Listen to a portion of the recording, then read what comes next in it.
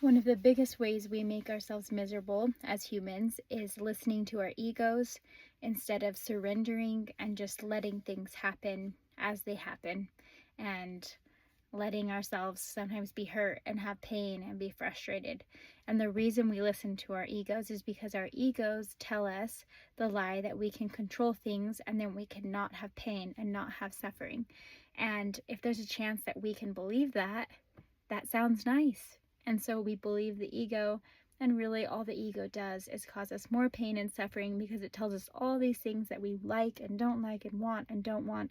And then when we don't get our way on our preference, then we're frustrated and we're sad and we're clinging and we're mad.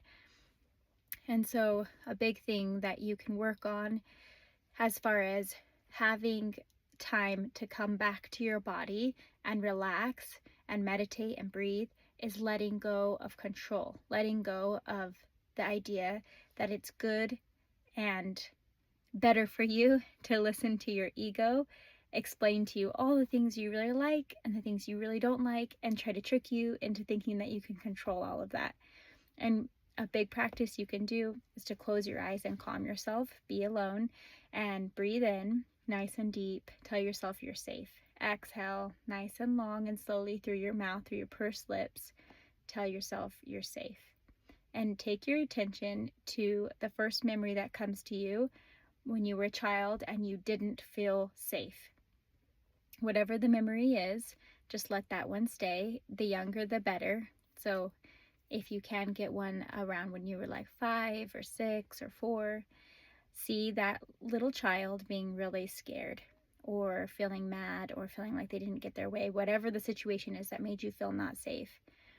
And now use yourself now to imagine you being there with that little child and just listening.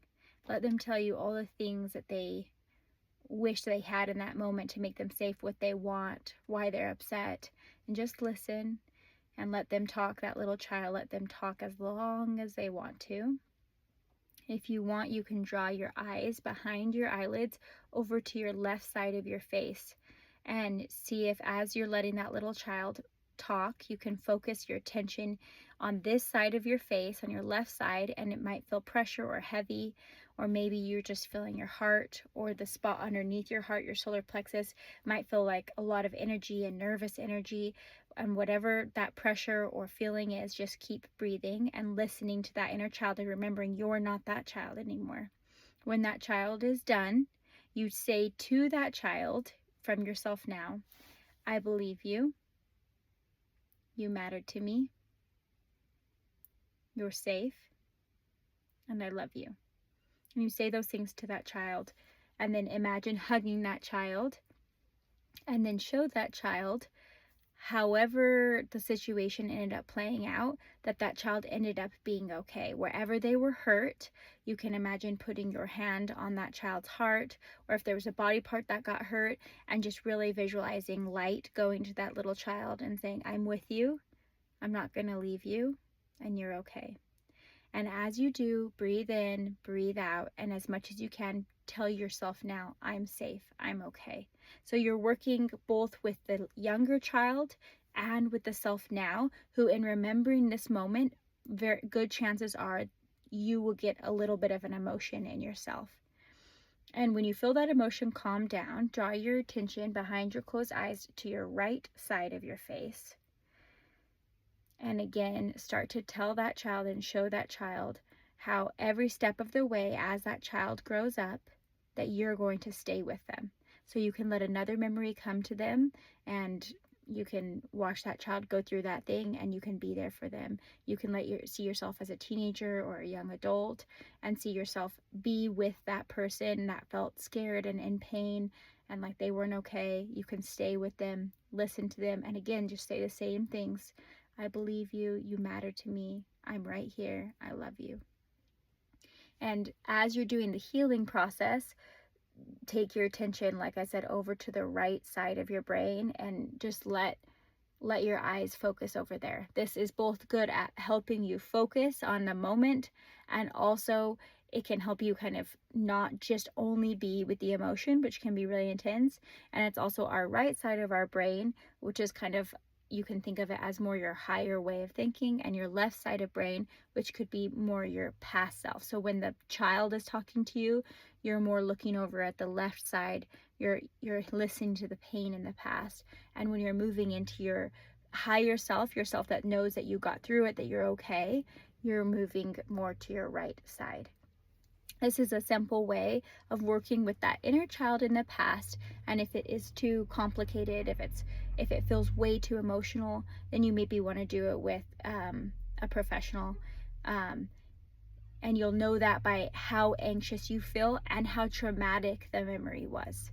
But if it's not too intense, then you can do that on your own. It's a simple way of helping heal the past.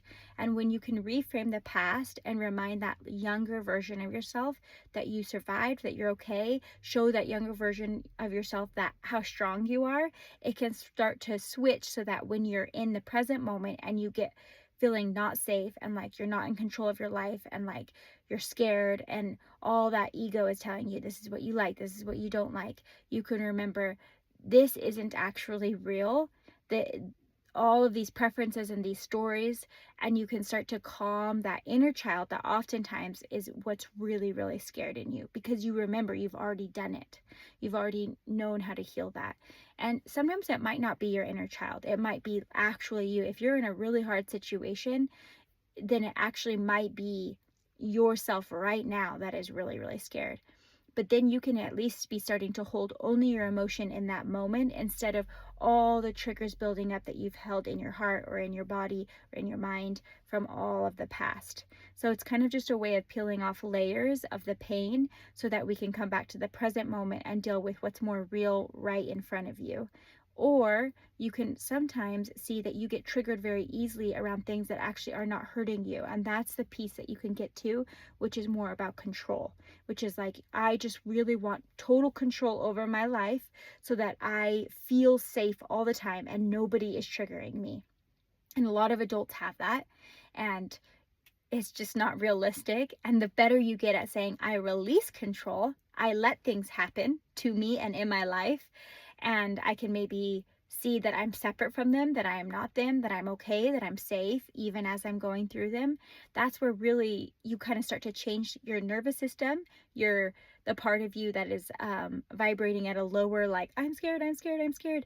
And you have better access to a part of your mind and your spirit or your soul that says, hey, I actually, like, I'm okay. I have a lot of grit in me and determination. There's a part of me that no matter what's going on out here, I'm okay.